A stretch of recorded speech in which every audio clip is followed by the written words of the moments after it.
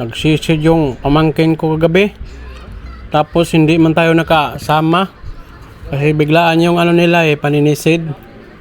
Bali, dalawa lang sila, yung kasama niya. Yung pamangkin ko nito nakahuli, si Topir. Maraming danggit na nahuli siya, at saka meron ding mga samaral. Ayan, mga samaral. Maral yung iba. Medyo na siya, regular size, at saka kahuli din siya ng ibang isda ba na kulay yan, pula. At saka libang-bang ata yung iba. Ako, napakasarap ang sabaw nito mga kalaag. Hindi man lang tayo sama dahil busy rin tayo biglaan kasi. Saka ako, may trabaho ako ba.